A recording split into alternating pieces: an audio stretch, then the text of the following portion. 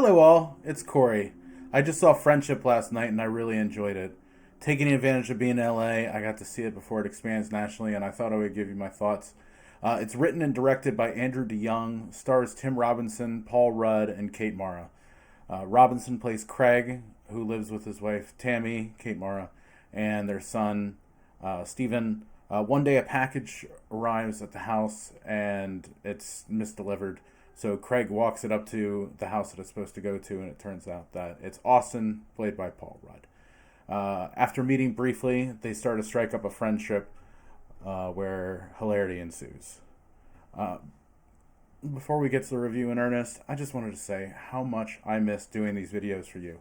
I have been away from the YouTube channel for a while now, but when I knew I was going to start posting again, I knew I wanted to bring the reviews back with it. For anyone who might be new, I'm Corey Baker, a filmmaker who lives in Los Angeles, and I look to review movies from the perspective of someone who helps make movies and to hopefully give a view for people who want to make movies on their own. Thank you so much for watching. I really love Tim Robinson, and if you're like me, you will certainly enjoy Friendship because it really is just a vehicle for Tim to do Tim. If you're not a fan, I would probably skip it, to be honest, because I don't think there is enough there to recommend since nearly every frame of the movie has Tim in it. If you have no idea who Tim Robinson is, and you are now nervous and wondering what you got yourself into, I would suggest finding one of the sketches from his show, I Think You Should Leave, and watch it first because the humor is very similar. Because his performance is so unique and specific, it wouldn't be close to the same movie if you had anyone else in the lead role, even if you had someone who was doing like a Tim Robinson impression specifically. So this is a rare movie where you can judge pretty easily with a thumbs up or down on one actor to whether you will enjoy it.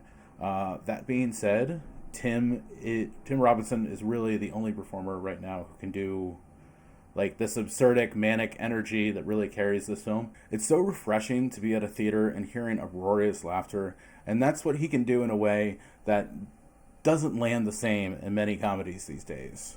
The duality of Tim Robinson is always that he's being like this loud idiot at the same time as he's being like this nice guy with a kind sensibility. And it helps explain why a person like this would ever find themselves with a wife or a friend despite wandering around the earth as a fully developed man-child. It could easily be levied that every character he plays is the same Tim Robinson character, but the tightrope he walks to find the right balance requires a special talent that just isn't available out there.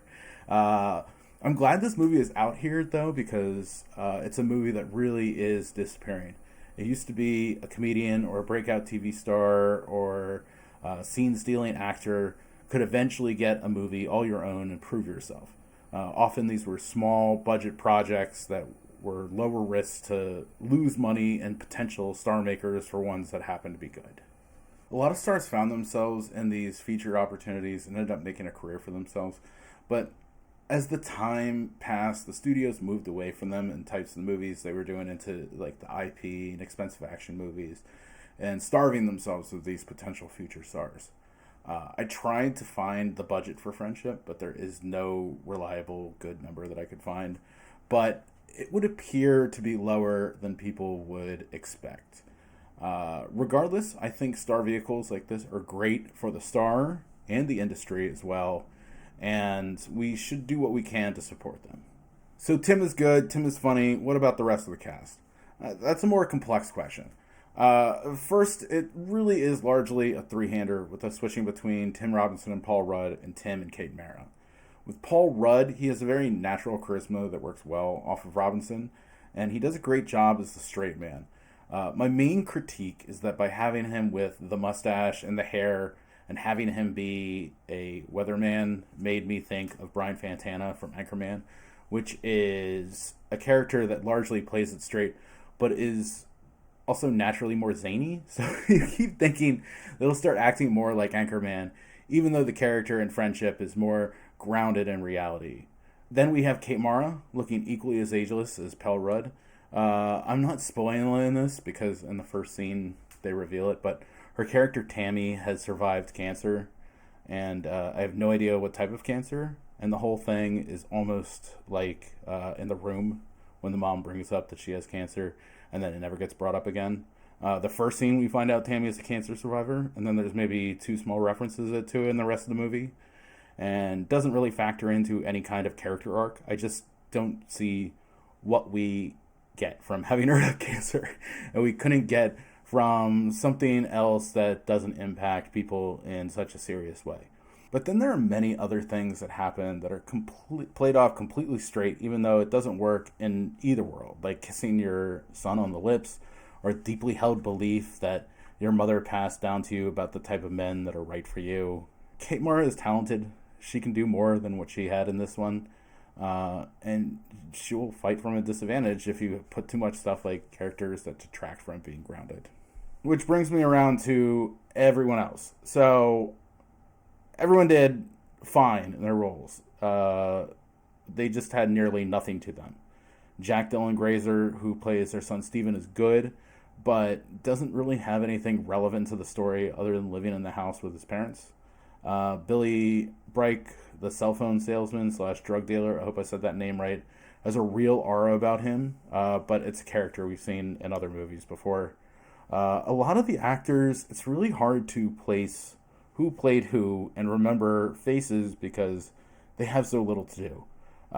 There was a character who walked in on Tim when he was sitting behind the drum kit, and I can't figure out who it is on IMDb, but he was funny. Almost everyone else, it just seemed like they were hired to be an extra and then elevated to featured extra because they have to work with an inch deep, maybe. Because I mean, like, it's just like the lines don't feel like they really matter that much for who says them.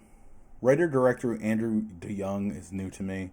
I looked up his credits and hadn't seen anything that he had worked on, but he had done a lot of television prior to Friendship. I like the look and feel of the movie, and even though I can't find a budget out there, I have a feeling that it looks better than what they had in resources. The way the characters exist in space is all done really well. You don't feel the camera, which helps ground the audience. And overall, the film is superb from like a technical aspect. Some of the music and scoring choices feel like they might be more in the realm of budget limitations, but I liked what it was chosen. One little thing, I have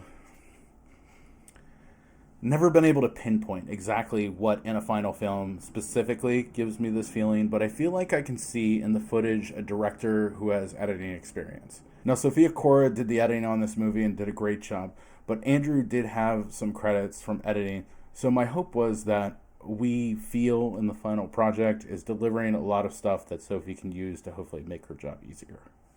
As I touched on in the cast, I think the writing is the weak point in Friendship. It's by no means poorly written, but it feels like we aren't maximizing the potential for comedy by relying so much on Tim Robinson to deliver on every joke. I think part of why Paul Rudd works so well is because of all his experience with Stella and The State, where the comedy is a heavy dose of surrealism, and any character can be the straight man and any character can be the comedic element. And having actors who are able to switch sides effortlessly to parry the scene partner, it just feels like it's, if you give like 4 through 10 on the call sheet, a little bit more to work with, and maybe you have actors that can flow a little bit more. I think a lot about, my mother once said when I was in school, if I told you before you hand it in, the essay you wrote is going to get a B, what would you change to improve the grade? And this is a good script, and you could cut out everything related to cancer and give 10 more minutes to the middle of the cast, and you could have an A. Just eliminating the cancer just on its own just frees up Kate Mara. So that would be step one, I think. I didn't get too deep into other reviews, but I saw a lot of people talking about like the male loneliness epidemic and other things like it, and the search for like deeper talking points that I just don't think this film hits. It might be loaded with the title being Friendship, because the value of friendship in my mind is time, and the longer you know someone, the stronger the bond between you. I think how they meet works. I think they get along and support each other for a while, and there's a real compassion in looking for the other when they are embarrassed. But it's hard to tackle something like Friendship in 90 minutes. And when it takes years for someone to graduate from acquaintance to friend, in real life. With that, I think if the middle of the cast had more to work with, there might be more signs of friendship when Tim is brought into the group, either at work or in Austin's friend group. The interactions made weird by Tim Robinson and the choices he makes, but the vibe of the groups was too rigid for characters you assume lived a life with their friends and coworkers before cameras started rolling, if you catch my drift. I say it a lot, but most movies are incredibly difficult to make, and things working feel like a miracle. And if it sounds like I am ragging on it, I swear it's because it's a good movie that had the potential to be great, but instead of like a bad movie that manages to be good. It's that time, the time where we introduce a dear friend of many years. The Leaderboard! When it comes to this movie, I give it a 7.7.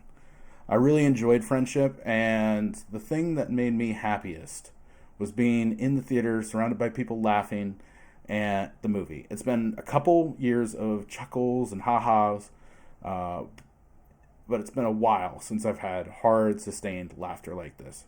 Tim Robinson is one of the most unique performers we have, and he carries this whole movie.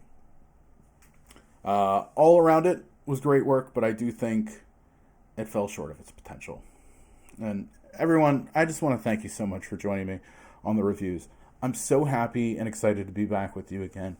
If you want to see what other things I have cooked up for this channel, make sure you check out this video explaining what I hope to be doing moving forward. Socials are in the descriptions, and more than anything, thank you for your friendship.